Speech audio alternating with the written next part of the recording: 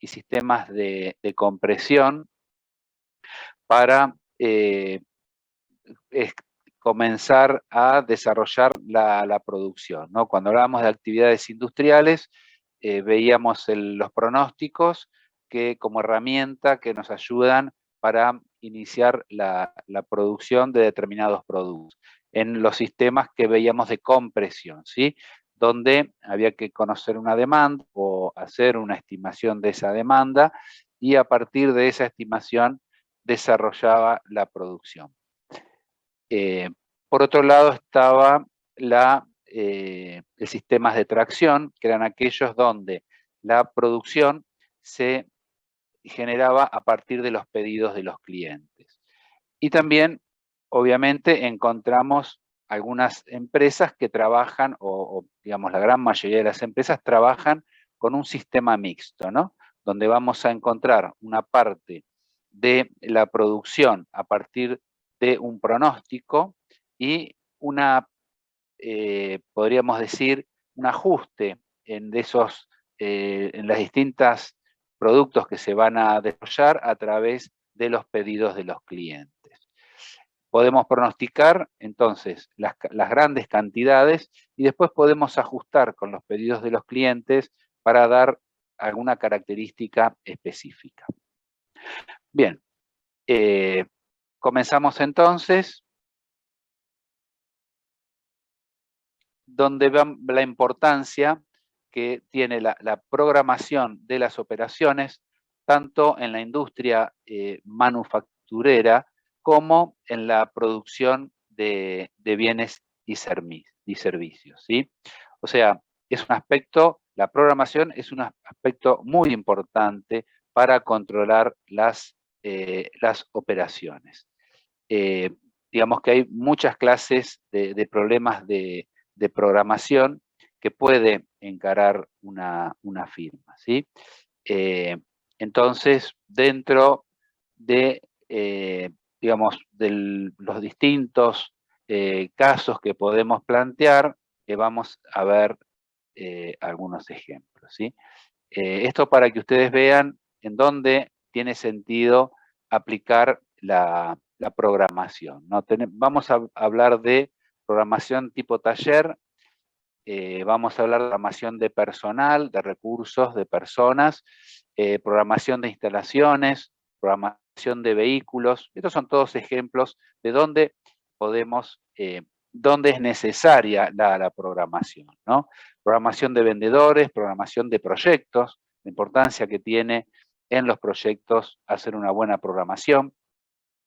Una comparación entre programación dinámica y programación estática. Cuando nosotros hablamos de la primera de ellas, programación tipo taller, estamos hablando de el sitio donde están las máquinas, el lugar donde se van a estar ubicando todos los equipos. Y en la programación tipo taller, lo que vamos a ver es el conjunto de actividades productivas que van a estar transformando los requerimientos, o sea, las entradas, los pedidos, en productos terminados, ¿sí? Entonces, cuando hablamos de programación tipo taller, hablamos de un taller donde hay varios equipos. Cuando hablamos de programación de personal, es una programación que se da fundamentalmente en aquellas industrias manufactureras y de servicios. Como ejemplo, dentro de la programación de personal, podemos hablar de un hospital, instalaciones, digamos, de salud de diverso tipo, ¿sí? Otro tipo de ejemplos de programación que tenga que ver con personal, se me ocurre las empresas que trabajan con turnos, ¿sí? Algunas, por ejemplo, las fábricas, las que tienen que ver con la industria, bueno, muchas fábricas en realidad, no solamente de gas y petróleo, son procesos continuos que no se interrumpen, entonces esa producción se hace durante el día, durante la noche, y obviamente hay que usar turnos para cubrir estos dos momentos, y también un turno de reserva. O sea, es como que tiene que haber 3 o 4 equipos, ¿no? 3 equipos para cubrir las 24 horas, 3 equipos para cubrir las 24, y un cuarto grupo que tiene que estar atento por si hay alguna persona que tiene algún inconveniente. En estos casos, o sea, es muy importante cómo se hace la programación de estos trabajos, ¿sí? Bien, cuando hablamos de programación de instalaciones, estamos pensando en tratar de evitar los cuellos de botella, ¿sí? Esto lo vemos el ejemplo ahora con el tema de la pandemia, ¿no? Que haya disponibilidad, que no se produzcan cuellos de botellas que hagan que el sistema pueda funcionar limitado, ¿no? O sea, tratar de eliminar esos cuellos de botellas para tener un mayor caudal de atención, ¿no? Los colegios también son un ejemplo donde es importante la programación de las instalaciones, las universidades también, dependiendo de la cantidad de aulas, es necesario estos espacios físicos tenerlos disponibles. Cuando hablamos de programación de vehículos, hablamos de sistemas de remises o de transportes de personas por combis o por taxis, digamos.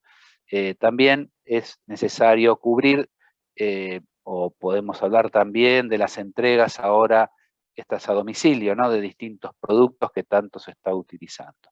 Entonces, bueno, todo eso requiere también una programación.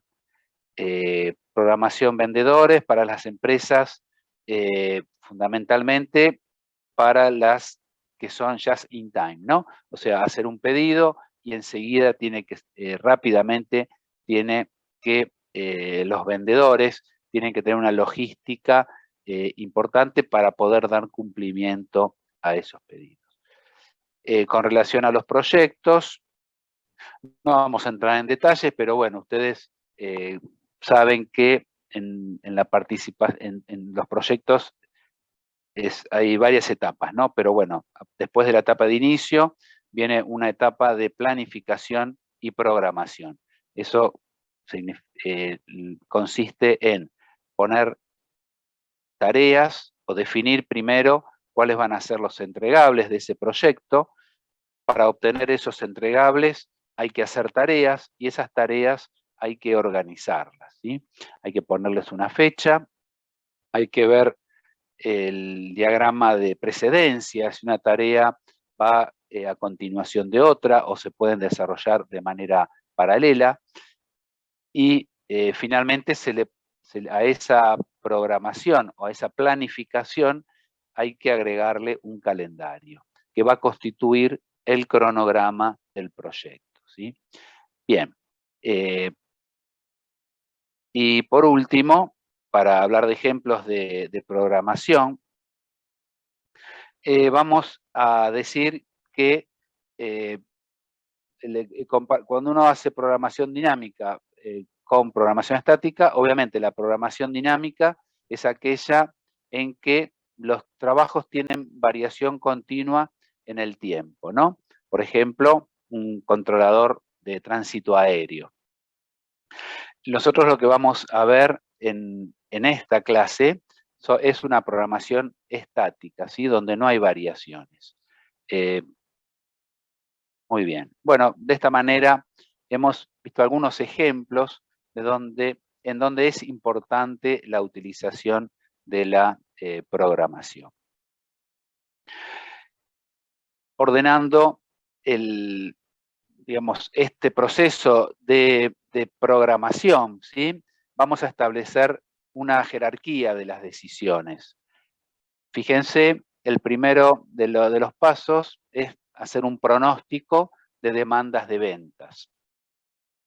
Y a continuación de este pronóstico se van estableciendo distintos escenarios de programación, que van desde una programación macro a una programación mucho más concentrada y detallada.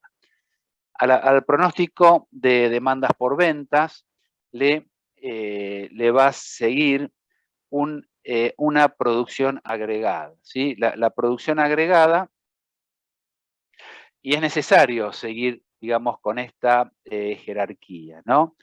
Ya que los pronósticos van a ser, es como un diagrama de, esto lo que ustedes están viendo es un diagrama de procesos, ¿no? Necesitamos los pronósticos que van a ser entrada de la producción agregada.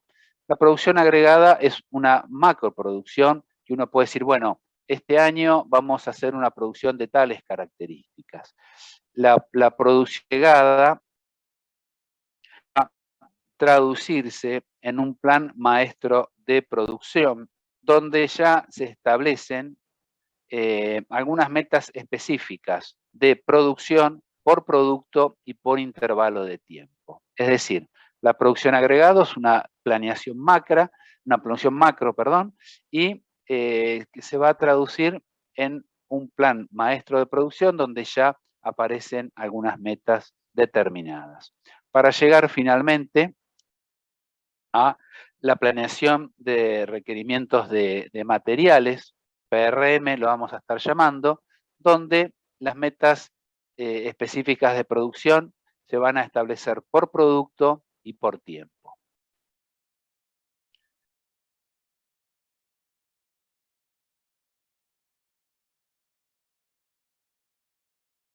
Entonces, a las requisiciones planeadas, ya le vamos a estar asignando un conjunto de tareas con sus fechas de entrega asociadas, y eso va a constituir el programa del piso de producción.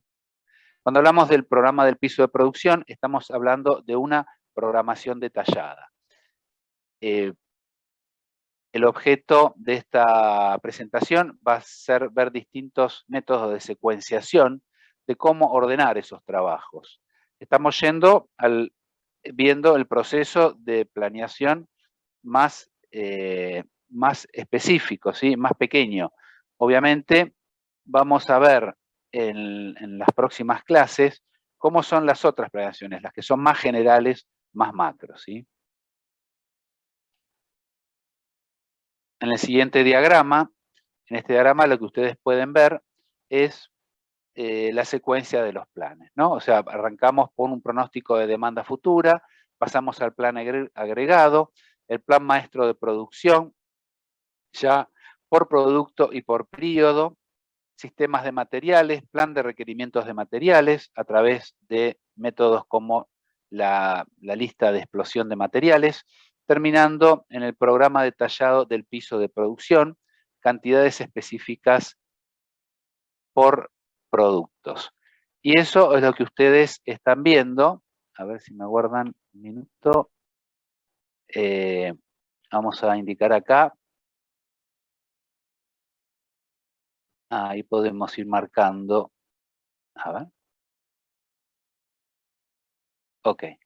Bien, no sé si están viendo el cursor, pero bueno, lo que nos va a dar, lo que nos vamos a focalizar hoy es en el programa detallado del piso de producción, donde se establecen ya las cantidades y se le da un orden, ¿sí? En tiempo y en secuencia, ¿sí? Cómo se van a ordenar los trabajos.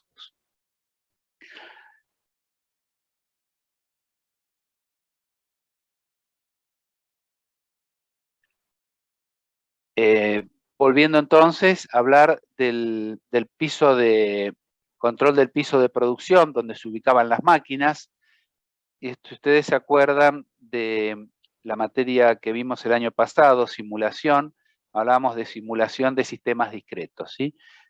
Esto se aplica de programas donde la producción va pasando por distintos centros de trabajo, ¿sí? Se producen arribos, se forman colas de espera que llegan a los equipos y va pasando, siguiendo un determinado camino de producción, con distintas etapas. Por ejemplo, puede ser una etapa de, hablamos siempre de los elementos que se pintan, ¿no?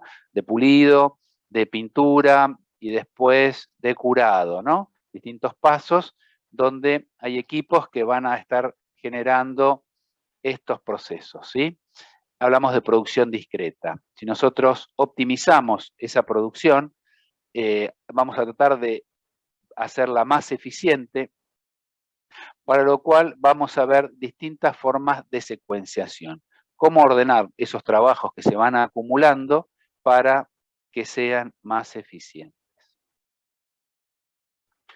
Entonces, vamos a decir que el control del piso de producción tiene como significado programar el personal, al equipo, en un centro de trabajo para cumplir con los plazos de entrega de un conjunto de trabajos.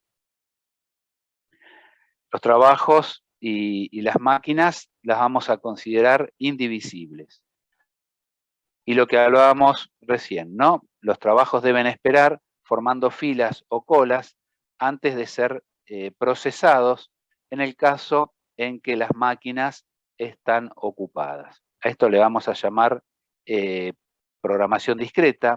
Los casos de programación de procesos continuos, por ejemplo, lo que comentábamos de procesos de refinerías o petroquímicas, tienen una característica muy distinta, ¿sí?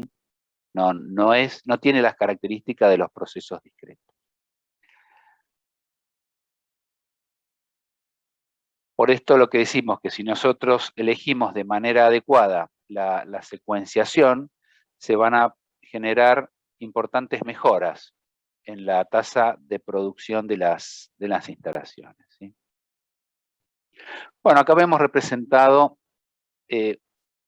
estos centros discretos de producción, donde tenemos el centro de trabajos número 1, tenemos el centro de trabajo número 2 y el centro de trabajo número 3. Estableciendo una relación con el ejemplo que habíamos mencionado, podríamos decir entonces un trabajo de preparación superficial de un elemento que va a ser pintado. Acá tiene torno, fresadora y rectificadora. Bueno, es otro ejemplo, ¿sí? En el caso de la pintura, podríamos haber hablado de preparación de superficie, pintura y curado, el tiempo de secado de la pintura. En este caso, estamos hablando de un taller donde hay tornos, va a pasar primero por el torno, después va a pasar por la fresadora y finalmente por la rectificadora. Fíjense, estos representan los centros de trabajo y estos puntitos que están acá, las colas de esperas, ¿sí? Cada uno de estos elementos está esperando ser atendido por el centro de trabajo que corresponda. ¿Qué es lo que vamos a estar mirando en esta programación de estas operaciones? ¿O cuáles son los objetivos? Los objetivos van a tener relación con los tiempos. Siempre se trata de hacer las cosas en el menor tiempo posible, tratar de disminuir el inventario que está en proceso de elaboración, va a tener que ver también con la eficiencia de las máquinas. Cuando hablamos de tiempo, también cumplir con las fechas, ¿no? O sea, hay fechas que tienen que cumplirse a partir de un plazo de entrega que se ha establecido. Los costos y también la información. Porque en determinado momento, donde el proceso, o sea, hay que llevar registrada la información de los distintos pasos de los procesos para eso mantenerlo actualizado, ¿sí?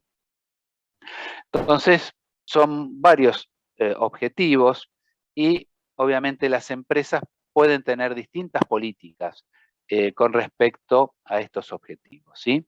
Que como ya mencionamos, pueden ser cumplir con las fechas de entregas o tiempos de entrega, minimizar el inventario de trabajo en proceso, minimizar el tiempo promedio de flujo por el sistema, alcanzar una alta utilización de máquinas y equipos, suministrar información exacta de cómo están los trabajos, eso hablamos de información, reducir también los tiempos de preparación y siempre tratando de minimizar costos de producción y de personal. Todos estos objetivos, las empresas a veces ponen foco más en algunos que en otros, dependiendo de las políticas. Algunos apuntan a la satisfacción de los clientes y otros tienen que ver más con la eficiencia de la producción, ¿sí? A veces son variables que se contraponen. Lo que tiene que ver con servicios al cliente y con la eficiencia de las plantas, ¿no? Por ejemplo, cuando hablamos, volvemos un poco para atrás, si tuviéramos que cumplir con las fechas cumplir con los tiempos de entrega, ¿sí? ¿Qué se les ocurre a ustedes? ¿A quién le pone foco? ¿Al cliente o a la eficiencia? O sea, reducir plazos de entrega tiene más que ver con el servicio al cliente, ¿no? O sea, que no apunta tanto a la eficiencia, sino a a cumplir con un compromiso, ¿no? Lo mismo en el caso,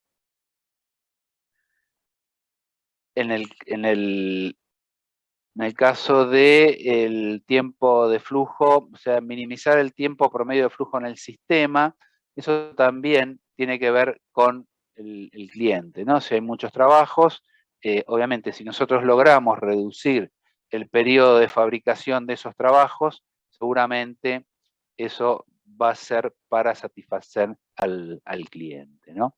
El resto de los objetivos tienen que ver más con la eficiencia de la producción o de la planta que con lo que desea tener el cliente, ¿no?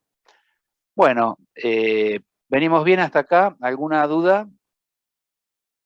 ¿Alguno quiere consultar algo? Bien. Seguimos adelante, entonces. Bueno, vistos los objetivos por los cuales las empresas llevan distintas secuencias para sus tareas, lo que vamos a ver a continuación es algunas reglas específicas de secuenciación que nos y vamos a ver, a compararlas entre sí. Con respecto a estas reglas, no es que, digamos, unas son buenas y otras son malas, ¿sí? No hay una categoría de menor eficiencia a mayor eficiencia. Solamente las distintas reglas específicas de secuenciación responden a distintas políticas de las empresas, ¿sí? En algunos casos convendrá dar algunas prioridades y en otros casos convendrá dar otras, ¿sí? Entonces, eso es lo que vamos a ver a continuación.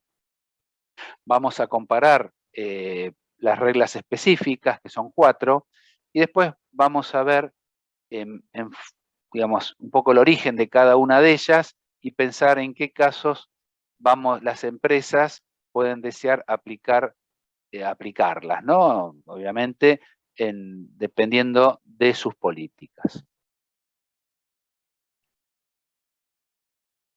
Bueno, acá están las 4 reglas específicas de secuenciación.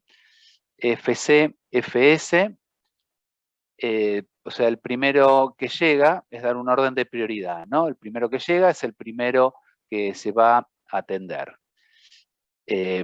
Después continúa el SPT, es el tiempo mínimo de procesamiento.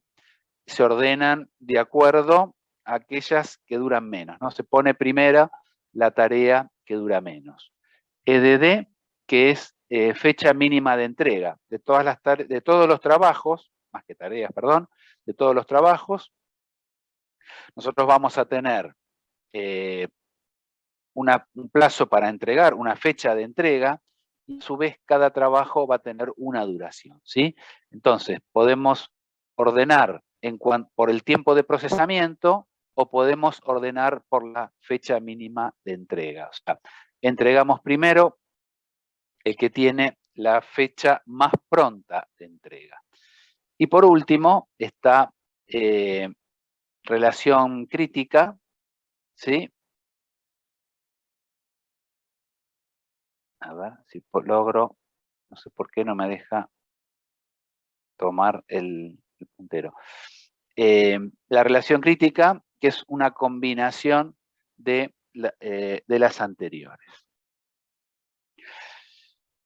Bien, pero antes de seguir hablando de estos métodos, a ver, aguarden un minuto, tenemos que definir cuál es la terminología que vamos a usar para poder analizar las distintas reglas de secuenciación. Nosotros vamos a hablar del tiempo de flujo, vamos a hablar del tiempo promedio de flujo, vamos a estar hablando del intervalo de fabricación, de tardanza y de retardo. Cuando hablamos del tiempo de flujo, el tiempo de flujo es, supongamos que tenemos un trabajo, ¿sí? A ver si ustedes me aguardan un minuto, lo vamos a pasar a un grafiquito. Vamos a dejar de compartir y vamos a pasar a un gráfico. Así podemos analizar claramente cada uno de estos elementos, ¿sí? Aguardan acá.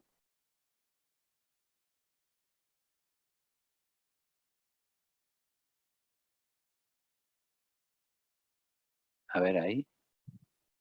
¿Ahí están viendo la pizarra o siguen viendo la presentación? Sí, sí. La pizarra. La pizarra. Ah, están viendo la pizarra. Bien.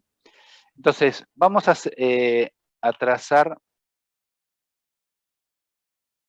vamos a suponer que, a ver cómo podemos graficarlo mejor esto. Tenemos distintos trabajos, ¿no? A ver, ahora un minuto. Vamos a borrar esto. Vamos a poner el texto, trabajo 1. Vamos a poner acá.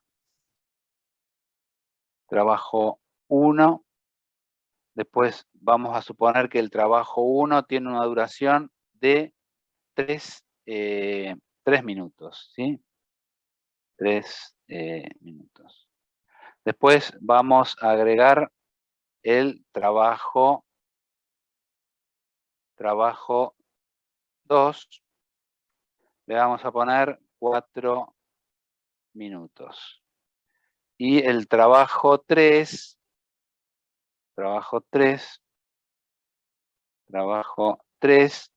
vamos a suponer 2 minutos.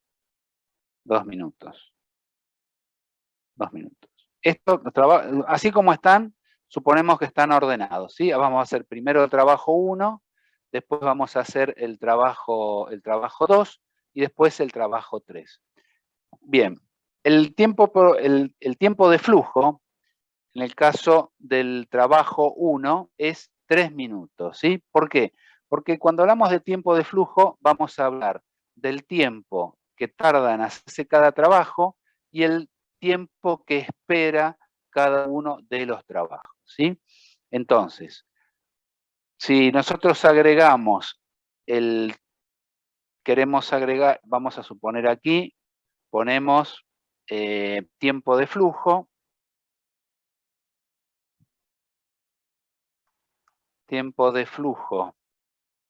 del trabajo 1 es igual a 3 minutos, ¿sí? Minutos. Ahora, cuando queremos poner tiempo de flujo vamos a poner tiempo, ponemos las letras, tiempo de flujo del trabajo 2, ¿sí? El tiempo de flujo del trabajo 2 va a ser igual al tiempo de flujo del trabajo 1, o mejor dicho, al tiempo de espera, más el tiempo del trabajo 2, el trabajo 2, ¿sí? Esto entonces va a ser igual a, ¿cuántos minutos le da esto? 7, ¿no? 7 minutos. Minutos para el tiempo de flujo del trabajo 2. Y el tiempo de flujo del trabajo 3, el tiempo de flujo del trabajo 3 va a ser igual a también el tiempo de espera, perdón, acá en el anterior, no sé, está mal, no lo puedo modificar. No. Bueno, acá es más, ¿no? O sea, acá es el tiempo de espera más el tiempo del trabajo. Acá se los escribí. A ver si lo puedo seleccionar.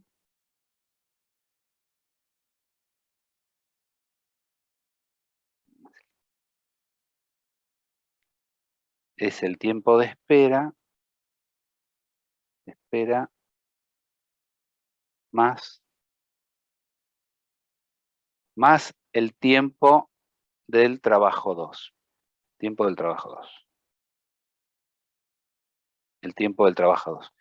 El tiempo de flujo del trabajo 3 también va a ser el tiempo de espera más el tiempo del trabajo 3. Bien, o sea que en este caso, si tenemos que este esperó 3 minutos, que era el tiempo del trabajo 1, el trabajo 3 va a tener que esperar el trabajo 1 y el trabajo 2, ¿sí? Entonces vamos a tener 7 minutos, van a ser 9 minutos. 9 minutos. Bueno, de esta manera se van sumando, cada uno de los trabajos tiene un tiempo de flujo, que es el tiempo del trabajo propiamente dicho, más lo que espera ese trabajo a desarrollarse, ¿sí? Bien, hemos visto entonces tiempo promedio de flujo. Volvemos a la presentación. Ahí están, se ve bien la presentación, ¿no? Volvimos, ¿sí? Bien. Entonces, vimos lo que es tiempo de flujo. Tiempo promedio de flujo es promedian digamos, la suma de todos los tiempos de flujo de cada uno de los trabajos. El intervalo de fabricación es el periodo de tiempo que va desde el comienzo del primer trabajo hasta la finalización del último de los trabajos, ¿sí? Bien, déjenme ver, vamos a leer de nuevo, a ver, vamos a ver la definición. Tiempo de flujo, y es el tiempo que transcurre desde el inicio del primer trabajo en la primera máquina hasta la terminación del trabajo I. Bien, el tiempo promedio de flujo es una medida del desempeño, ¿sí? O sea, cuanto más chico sea ese tiempo promedio de flujo, mucho mejor. Y es el promedio aritmético de los tiempos de flujo. Intervalo de fabricación, ya dijimos, desde el comienzo hasta el fin.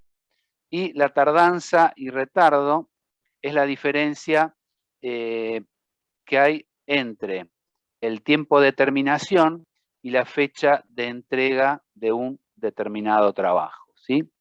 El trabajo tardío se concluye después que pasó el tiempo de entrega, ¿sí? Entonces, siempre vamos a estar midiendo estos parámetros como indicadores, ya sea del cumplimiento de la secuencia de los trabajos, o también tienen presente la eficiencia de los equipos y el ocio también del personal, ¿no? Porque si pasa que hay máquinas que están esperando para trabajar, eso se va a sumar como tiempo que la máquina no produce, y si hay gente que está asociada a esa producción, con el trabajo de esa máquina, tampoco va a estar trabajando, ¿no? Bien. Volviendo entonces a las 4 reglas específicas de secuenciación, lo que vamos a ver ahora es un ejemplo donde vamos a compararlas, ¿sí? Vamos a comparar cada una de ellas.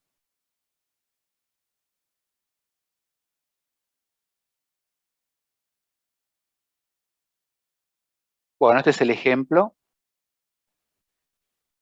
Tenemos entonces el trabajo, el orden de los trabajos 1, 2, 3, 4, 5, el tiempo de procesamiento de cada uno de ellos, y este es cómo llegan los trabajos, ¿no? La fecha de entrega es 61, estas son unidades de tiempo también, y no mucho más, ¿no? Estos son los datos que tenemos para cada uno de ellos. O sea, cada uno de los trabajos va a tener el dato, que es el tiempo, cuánto tarda en ejecutarse ese trabajo en la máquina y cuál es la fecha de entrega comprometida.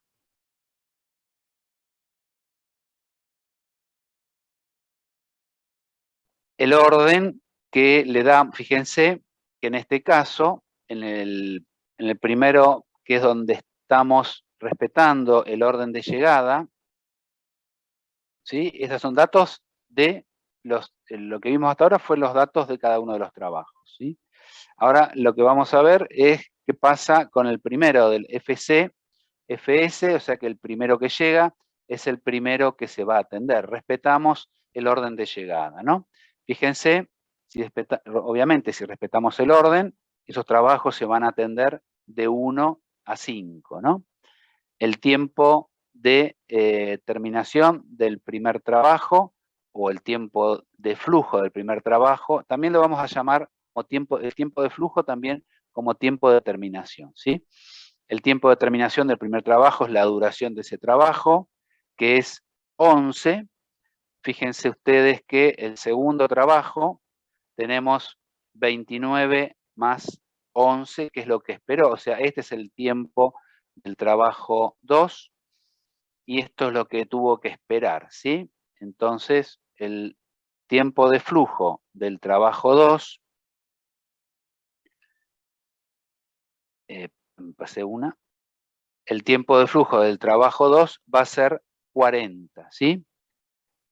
Volvemos al trabajo 3. Vean ustedes que el trabajo 3 tiene una duración de 31. Por lo tanto, el tiempo de terminación del trabajo 3 va a ser lo que esperó ese trabajo, que son los 40 más los 31 que lleva el trabajo, vamos a terminar en los 71, ¿sí?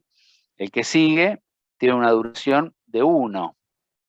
Entonces, directamente se le suma 1 más.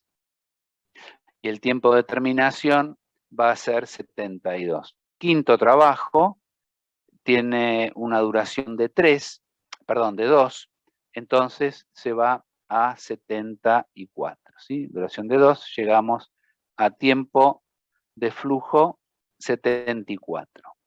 Tiempo de flujo o tiempo de terminación del trabajo 1, tiempo de flujo, tiempo de terminación del trabajo 2, y así con los restantes trabajos, es el tiempo del trabajo en sí, más lo que espera ese trabajo para comenzar, ¿sí?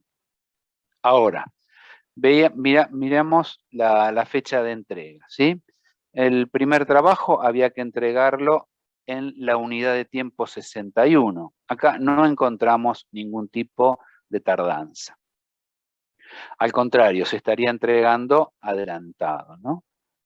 El tiempo de espera, la fecha de entrega del trabajo 2 es de 45, por lo cual en este caso tampoco, porque terminaríamos a los 40, o sea que estaría terminando 5 adelantados, ¿sí? Ahora fíjense ustedes que ya el trabajo 3 lo tenemos que entregar en 31 y lo estamos entregando en 71. Tiene una tardanza de 40. El trabajo 4 tiene una entrega de 30, fecha de entrega 33, lo estamos entregando en 72, tiene una tardanza de 39. Y por último, el trabajo 5, había que entregarlo en 32, y lo entregamos en 74, ¿sí? Diferencia de 74 menos 32 nos da 42. Tenemos 3 trabajos de los 5, 3 con tardanza, sumatoria de los tiempos de terminación o tiempos de flujo, sumatoria de la tardanza, promediamos, dividimos por los 5 trabajos y encontramos el tiempo promedio de flujo y la tardanza promedio, ¿sí? Ahí vamos. Tenemos acá entonces tiempo promedio de flujo, tardanza promedio, cantidad de trabajos tardíos, contabilizamos de los 5, cuántos se entregan después de la fecha de entrega, ¿sí? Bien, hemos analizado entonces la primera, que es el primero que llega, es el primero que se atiende. Vamos a pasar ahora a la segunda de las reglas de secuenciación, que es con el tiempo mínimo de procesamiento, ¿sí? La que sigue, tiempo mínimo de procesamiento, lo que estamos haciendo es ordenar los trabajos de acuerdo al que tarda menos en procesarse, es el primero que vamos a colocar, ¿sí? Fíjense ustedes que el trabajo 4 tenía una duración de 1 unidad de tiempo, el trabajo 5, 2, el 1, 11, el 2, 29 y el 3, 31, ¿sí? Quedan ordenados entonces 4, 5, 1, 2, 3. Muy distinto al orden que habíamos establecido de acuerdo al orden de llegada. Fíjense que estas dos reglas claramente están estableciendo una política de la empresa, ¿no? O sea, si yo quiero respetar el orden de llegada, voy a estar usando el método anterior. Si yo quiero hacer más eficiente o dar más cumplimiento a los plazos y a las fechas, voy a estar poniendo más foco en este proceso que en el anterior, en esta forma de secuenciar que en la anterior.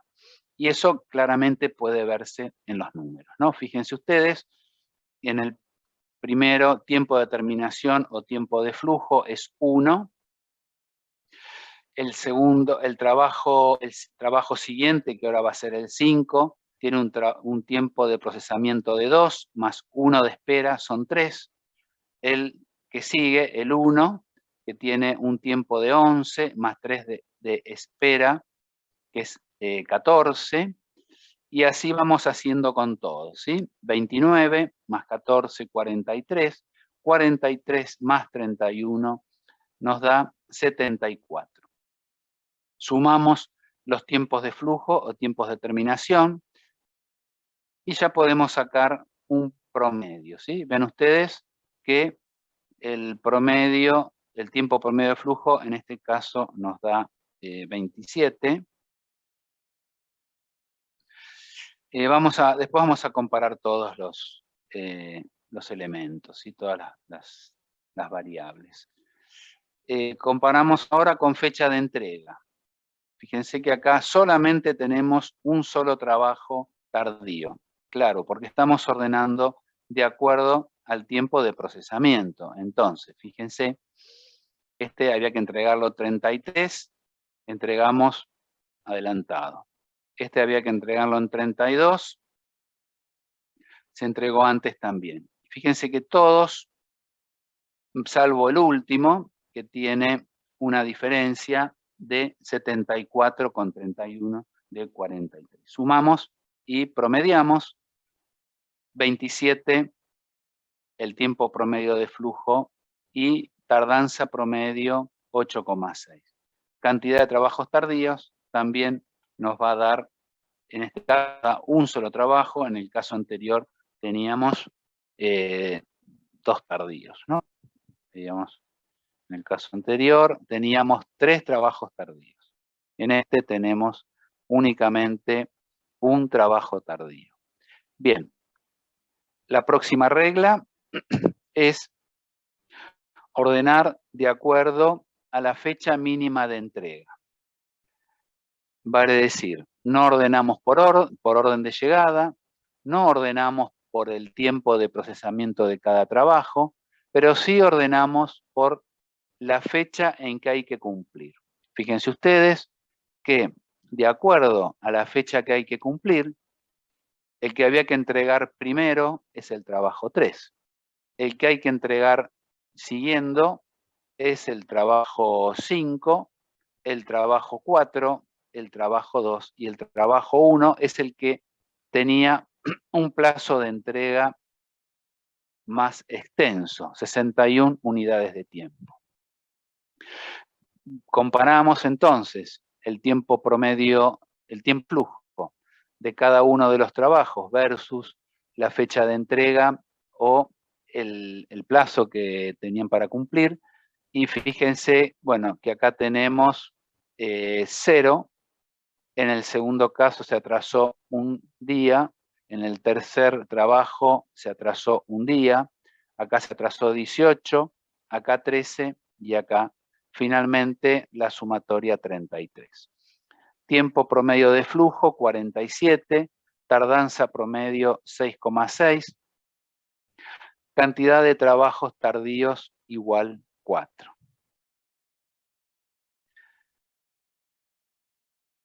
Y como última regla específica de secuenciación, vamos a ver ahora la relación crítica. La relación crítica lo que hace es calcular para cada trabajo y en cada momento la diferencia entre la fecha de entrega y el tiempo actual, ¿sí? Esa es la relación que vamos a hacer para cada uno de los trabajos, ¿sí? Y a medida que vamos haciendo esta relación, vamos seleccionando el orden de esos trabajos, ¿sí? Entonces, fíjense ustedes, tenemos ordenado de acuerdo a cómo llegan, 1, 2, 3, 4, 5, el tiempo de procesamiento de cada uno de estos trabajos y la diferencia entre la fecha de entrega y el tiempo actual. El tiempo actual es 0, porque es el primer caso que estamos analizando, ¿no? Entonces, la fecha de entrega menos el tiempo actual va a ser la fecha de entrega, ¿sí? Vean ustedes que esto coincide con lo que veíamos en las reglas anteriores, ¿no? Y eso lo vamos a dividir por el tiempo de procesamiento de cada uno de los trabajos. Vean ustedes, 61 dividido 11, después tenemos 45 dividido 29, 31 sobre 31, 33 sobre 1, 32 sobre 6. De todas ellas tomamos la menor. Fíjense que acá dice programación relación crítica menor. Tomamos la menor de las relaciones críticas y es el trabajo 3. Entonces seleccionamos el trabajo 3 y lo guardamos en un costadito, ¿sí? Anotamos trabajo 3 y ahora analizamos los que quedan. Quedan el 1, queda el 2, queda el 4 y queda el 5. Como seleccionamos ya el trabajo 3, el actual ya no es más 0, es 31 y es justamente el tiempo que lleva realizar el trabajo 3. Bien, entonces, volvemos a hacer exactamente lo mismo. Tenemos el tiempo de procesamiento del trabajo 1 y ahora la fecha de entrega, que era 61 menos los 31, que es el tiempo actual, fecha de entrega menos tiempo actual, nos está dando los 30, ¿sí? Dividido el tiempo de procesamiento. Ahí calculamos la primera de las relaciones críticas. Para el trabajo 2, lo mismo, en la fecha de entrega del trabajo 2, que es 45, ¿sí? Menos 31, nos da los 14, y eso dividido el tiempo de procesamiento 29, nos da 0,483. Bien, de estas hacemos lo mismo con las siguientes, ¿no? Con la 4 y con la 5. Miramos 2,72, 0,483, 2 y 0,5, ¿sí? Bien, de estas vemos que la menor es la relación crítica menor es la correspondiente al trabajo 2, entonces separamos en una primera instancia el 3, que tenía un tiempo de 31, y ahora separamos la siguiente, la 2, que tiene un tiempo de 29. Y con eso nos vamos al paso siguiente. Ven ustedes entonces, las 31 del primero más las 29 del segundo nos hacen ubicar con un tiempo actual de 60. Y hacemos exactamente lo mismo. La diferencia, ¿se acuerdan que era 61 y 60? Entonces, del tiempo de entrega y el tiempo actual, 61 menos 60, nos da este 1 sobre 11, 0,0909, y los otros nos dan números negativos, ¿sí?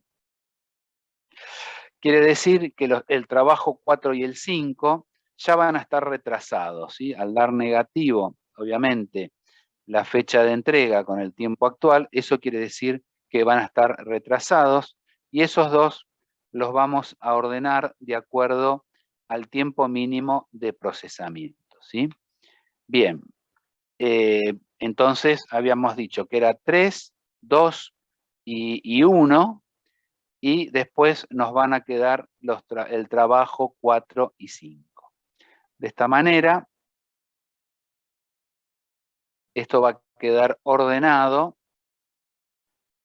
Fíjense, teníamos 3, 2, 4, 5, 1. A ver, 3, 2, 3, 2, 4, 5, 1. O sea, ordenamos primero los que tienen, los que están retrasados, y después el trabajo 1, ¿sí? O sea que hasta que aparecen los negativos, ordenamos por el menor. Bueno, pero acá en este caso, menos 27 y menos 28, ¿no? Tomamos los dos, y estos dos los ordenamos SPT. A continuación, entonces va el 3, el 2, estos por SPT, 4, 5, y después el 1. Eso es lo que ponemos aquí. El trabajo 3, el trabajo 2, el trabajo 4, el 5 y finalmente el 1. Volvemos a colocar el tiempo de procesamiento y calculamos el tiempo de flujo o el tiempo de terminación. Fíjense ustedes, 31, este que tiene 29, más los 31, llegamos a los 60, 61, 63, llegamos a una sumatoria de tiempo de flujo de 289.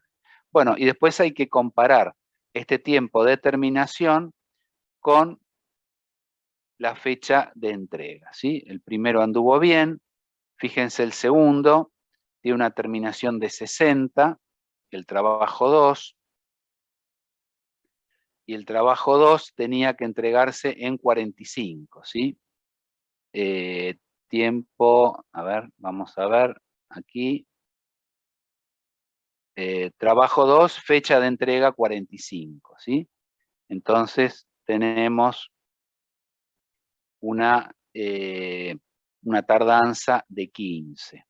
Del mismo modo, vamos el trabajo 4, fíjense ustedes que terminó en 61, y el trabajo 4 tenía fecha de entrega 33. Acá tenemos entonces la tardanza del trabajo 4, y así con los siguientes, ¿no? Con el 5 y con el 1. Sumamos la tardanza y promediamos. Tiempo promedio de flujo, tardanza promedio y cantidad de trabajos tardíos. Acá se ve 4. No parece ser el mejor de los métodos desde el punto de vista de cantidad de trabajos tardíos. Fíjense ustedes que en todos los casos estamos comparando el tiempo promedio de flujo, la tardanza promedio y la cantidad de trabajos tardíos. Ahora vamos a analizar cada uno de ellos, ¿sí? Bien, esto que acabamos de ver en estas cuatro reglas específicas de secuenciación, lo vamos a colocar en una sola tabla y vamos a comparar, ¿sí? Vean ustedes el tiempo promedio de flujo del primero de los métodos es 53,6. No vemos que tenga un buen tiempo promedio de flujo, ¿sí? La tardanza promedio tampoco es buena. Y la cantidad de trabajos tardíos son 3. O sea, fíjense que esta regla, FC-FS, es la mejor desde el punto de vista de darle prioridad al que primero llega. Pero desde el punto de vista de eficiencia, es el peor de la peor de todas, ¿no? Porque tiene mucho tiempo promedio de flujo, tiene una tardanza muy elevada y a su vez también una cantidad de trabajos tardíos, ¿no? La SPT, que es el tiempo por tiempo mínimo de procesamiento, vean ustedes que es la mejor desde el punto de vista del tiempo promedio de flujo. O sea, sumando los tiempos de flujo de cada uno de los trabajos y dividiendo por la cantidad de trabajos, eso me da el mejor índice, ¿sí? Que es 27 unidades en este caso. La tardanza promedio no es mala, tampoco es la mejor, y es buena desde el punto de vista de la cantidad de trabajos tardíos. Fíjense ustedes que es la que tiene la menor cantidad de trabajos tardíos. El EDD, donde ordenamos por la fecha de entrega, el tiempo promedio de flujo es mejor que el que ordena por prioridad de llegada, pero lo que es mejor es desde la tardanza promedio, ¿sí? O sea, sumando todas las tardanzas y dividiendo por la cantidad de trabajos es donde encontramos el mejor índice, ¿sí? Entonces, cantidad de trabajos tardíos 4, y la CR, relación crítica, vean ustedes que tiempo promedio de flujo no es bueno, es mejor la tardanza promedio, ¿sí? Cantidad de trabajos tardíos 4. Entonces, dependiendo de la política que quiera utilizar la empresa, la organización, en cuanto al cumplimiento de sus tareas de manufactura o de su producción de bienes y servicios, va a utilizar alguna de estas 4 reglas, donde la organización va a poner foco en la eficiencia, va a poner foco en respetar el periodo de llegada de los trabajos, o va a estar mirando la tardanza, o va a estar mirando el tiempo de trabajo, ¿sí? El tiempo promedio de flujo. Con respecto a la tardanza, lo que podemos agregar es que hay algunos trabajos donde ya atrasarse en uno significa tener una multa, ¿sí? O no tener un premio. Entonces, dependiendo también de estos condicionantes externos que tiene que ver con requisitos que se establecen en alguna especie de contrato, la empresa puede decir, bueno, en este caso, nuestra multa es función del tiempo, de la cantidad de tiempo que nos atrasamos en tal ítem, o está alineada con la cantidad de ítem que nos atrasamos. Entonces, dependiendo de, digamos, de cada caso, uno puede decir, nos conviene ordenar SPT o EDD o FC, bueno, FCFS en realidad solo para respetar el orden, ¿no? Pero SPT o EDD cuando queremos disminuir la tardanza promedio o queremos disminuir la cantidad de trabajos tardíos. Concretamente, yo puedo tener multas por cantidad de tiempo que me atraso o puedo tener multas por cantidad de trabajos tardíos, ¿sí? Entonces, en función de eso, la empresa o la organización va a estar seleccionando el tipo de regla específica de secuenciación. Bien, bueno, hasta acá hemos visto entonces las 4 reglas específicas. No sé si alguno, no quiero hoy pasarme mucho tiempo, sé que ustedes tienen en 10 minutos, empieza otra materia. Si alguno tiene alguna duda, damos estos minutos para que me consulten y si no, avanzamos un poco más con la presentación, ¿sí? Donde vamos a estar viendo otros objetivos que pueden estar incidiendo en la forma de secuenciar. ¿Alguna duda? ¿Quieren que los repasemos? ¿Los volvemos a revisar?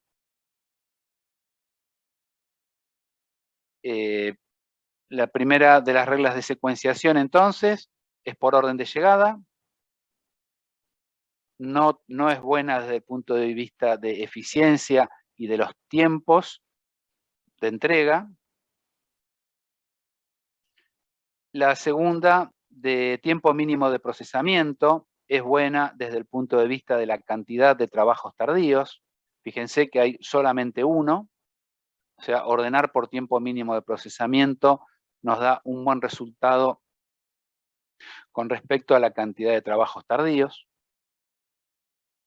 Ordenar de acuerdo a el tiempo, a la fecha de entrega, nos da una buena tardanza promedio, no tanto con respecto a la cantidad de trabajos tardíos.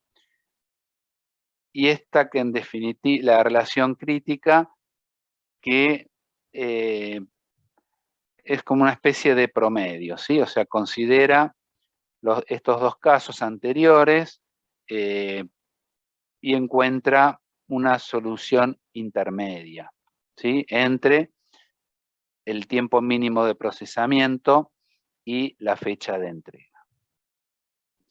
Después tienen que acordarse algunas formulitas, que es el tiempo de flujo, que es el tiempo promedio de flujo, cómo se sacan las tardanzas, y para el caso de la relación crítica, acordarse esta expresión, fecha de entrega, para calcular la relación crítica, ¿no?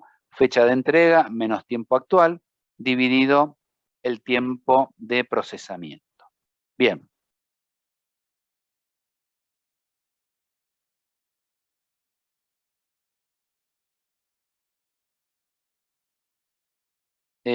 Vamos a dar una rápida mirada a lo que viene en la próxima clase.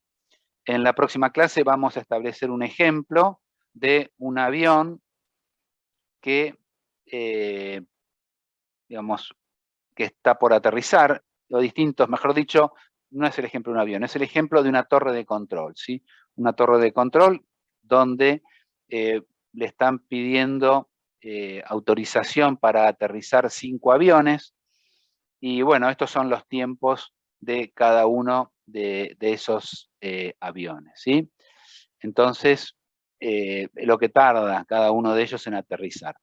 Dependiendo de varios factores, vamos a estar analizando cuál es el método que más nos conviene. Por ejemplo, si quisiéramos dar alguna prioridad, supongamos que alguno de estos aviones tiene algún problema de combustible, tiene algún problema mecánico, alguno de los pasajeros con algún problema de salud, entonces se le quiere dar prioridad.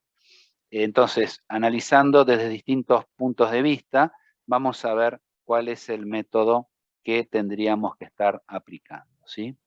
Bien, y después, visto este ejemplo, vamos a seguir vamos a revisar la teoría de la secuenciación.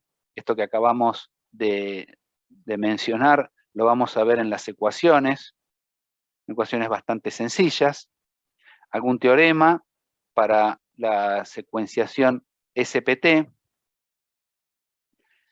teorema y un corolario.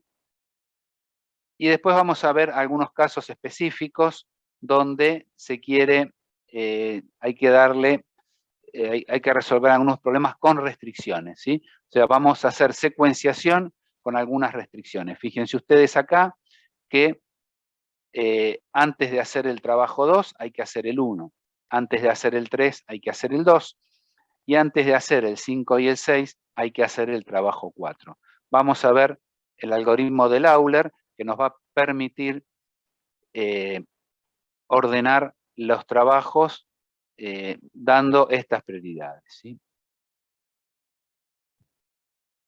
Y la segunda parte de la presentación, que lo vamos a ver la clase que viene, en el teórico siguiente, vamos a ver, hasta ahora vimos secuenciación para varios trabajos para una sola máquina. Esto se va a ir poniendo un poquito más complejo, ¿no? Lo que vamos a ver entonces, n trabajos en m máquinas. M máquinas hasta una cantidad de 3, no más allá, porque ya la cantidad de combinaciones que se pueden hacer son muy grandes, ¿sí? Entonces vamos a ver hasta 3 máquinas, vamos a ver algunos diagramas de cómo ordenar los trabajos, cómo estimar estos parámetros o estos índices que nos van a dar una idea de la eficiencia de los trabajos. Bien. Paramos de la proyección y la grabación también. Recording stopped. Muy bien. Bueno, con esto hemos visto entonces el comienzo de la administración de operaciones y cuál es la importancia de la secuenciación para lo que es planificación de tareas, ¿sí? La clase siguiente vamos a estar haciendo algunas actividades prácticas que tienen relación con estas reglas de secuenciación y vamos a completar con otros algoritmos que nos van a servir para cuando estemos combinando no solamente una máquina, sino cuando tengamos hasta 2 y hasta 3 máquinas, y algún caso más específico, ¿sí? Bien, ¿alguna pregunta? Si no, ya por hoy damos por finalizada la clase. No sé si fui claro. Bueno, si no, todo lo que necesiten me pueden consultar. ¿No hay dudas? Buenísimo, Bueno, no, se entendió. ¿Perdón? No, sí, se entendió. Después Se quedará entendió como bien, ¿no? repasarlo. Sí, sí.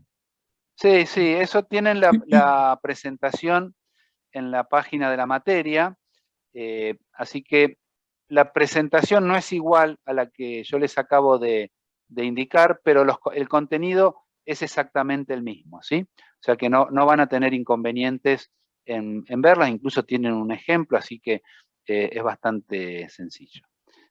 Así que bueno, por mi lado, muchas gracias por la atención y nos vemos la clase que viene, ¿sí? A las 18. Bueno, La a las clase que 18, viene volvemos sí. a las 18. Sí, retomamos a las 18, sí. El Sí, horario habitual. De acuerdo. el horario de uso Bueno. habitual. Sí, yo, digamos, corto ahora porque sé que ustedes tienen otra materia 8:30, ¿no? El lunes que Así viene es feriado. el lunes que viene, no sabía que es feriado. Por el 20. Sí, y bueno, será entonces Bueno, hasta si es feriado, será el otro. el 14, 21 al 28, ¿no? Diríamos, lunes 28. Bueno, muy bien. Listo entonces, gracias por todo, nos vemos la próxima clase, ¿sí? Después del feriado. Chao, hasta luego. Hasta luego. Buena semana para Adiós, todos. profe. Hasta luego.